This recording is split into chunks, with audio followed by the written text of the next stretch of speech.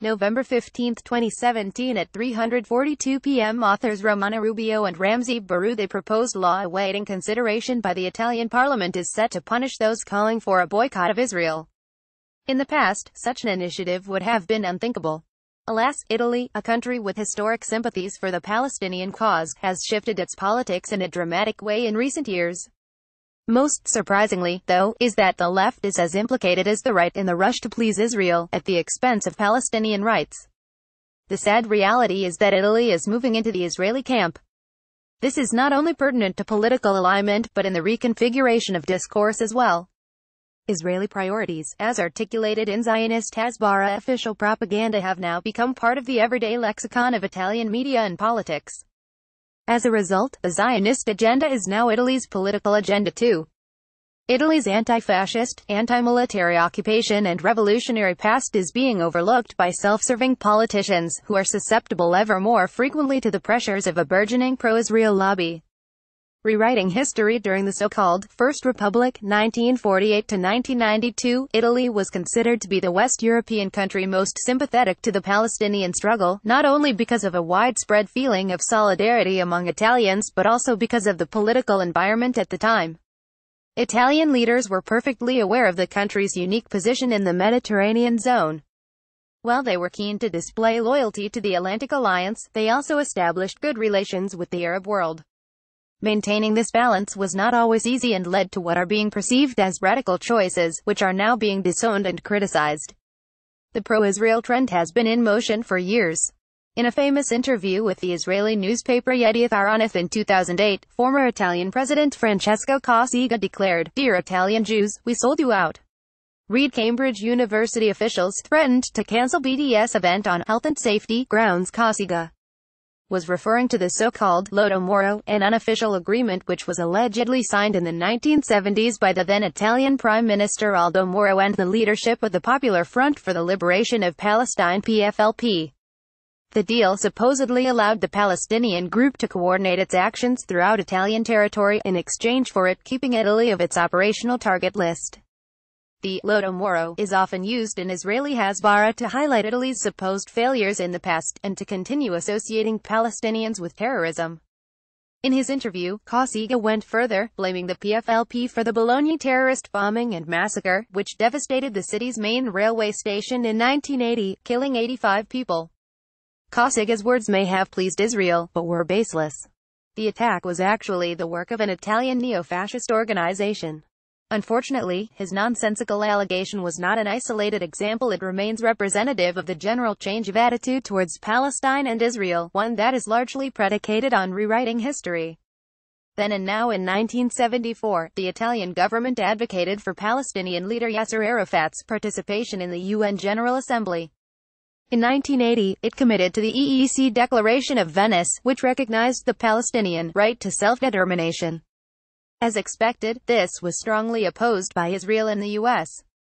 Throughout the 1980s, the attitude of successive Italian governments was openly pro-Palestinian, which often led to foreign policy clashes with Israel and its American benefactors, especially during the so-called crisis of Sigonella in 1985. During a speech at the Italian parliament, Socialist Prime Minister Bettino Craxi went as far as defending the Palestinian right to armed struggle. 1982, the Italian President Sandro Pertini used his traditional end-of-year address to the nation to talk at length about the horror of the Sabra and Shatila massacre of Palestinian refugees. While center-left political forces supported Palestine to keep good relations with Arab countries, left-wing parties were mainly motivated by the anti-imperialist struggle, which then resonated within Italian intellectual circles.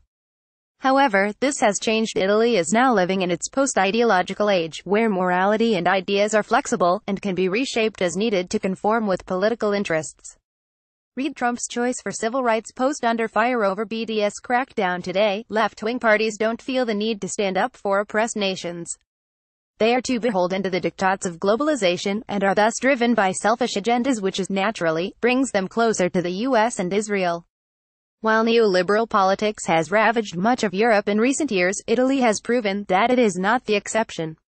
In October 2016, Italy abstained from the vote on the UNESCO resolution condemning the Israeli occupation of Palestinian East Jerusalem. Even that half-hearted move angered Israel, prompting the Israeli ambassador in Rome to protest. The Italian Prime Minister moved quickly to reassure Israel, speaking harshly about UNESCO's proposal. It is not possible to continue with these resolutions at the UN and UNESCO that aim to attack Israel, insisted Matteo Ramzy. 1 year earlier, Ramzy had officially reaffirmed Italy's commitment to Israel in the Israeli Knesset parliament, when he declared, "Supporters of stupid boycotts of Israel betray their own future." Italian Prime Minister Paolo Gentiloni file photo during his inaugural speech. Italy's current president Sergio Mattarella addressed the menace of international terrorism by mentioning the 1982 attack in front of the Great Synagogue in Rome. His words deeply touched Italian Jews, according to the right-wing Jerusalem Post. Rising Zionist influence. Zionist groups constantly try to sway Italian public opinion. Their strategy is predicated on two pillars: infusing Israel's sense of victimhood, as in poor little Israel fighting for survival among a sea of Arabs and Muslims, and using the anti-Semitism card against anyone who challenges the Israeli narrative. The hasbara weapons are working, as Italian politics and even culture through the media are increasingly identifying with Israel. Worse still, the pro-Israel feeling is now also completely acceptable among left-wing political parties.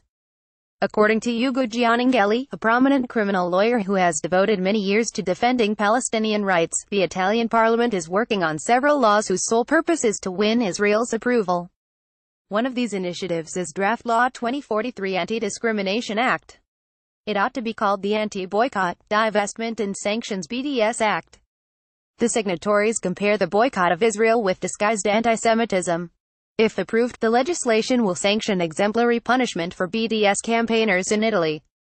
BDS. Among the signatories of the draft law is Emma Fattorini, a member of the Italian Democratic Party, as well as the Committee for the Protection and Promotion of Human Rights. Palestinian rights, of course, are of no concern to Fattorini at the moment. They are nowhere to be found in her human rights agenda. Another signatory is Paolo Corsini, who abandoned the Democratic Party and moved to the left-wing MDP, Articolo 1.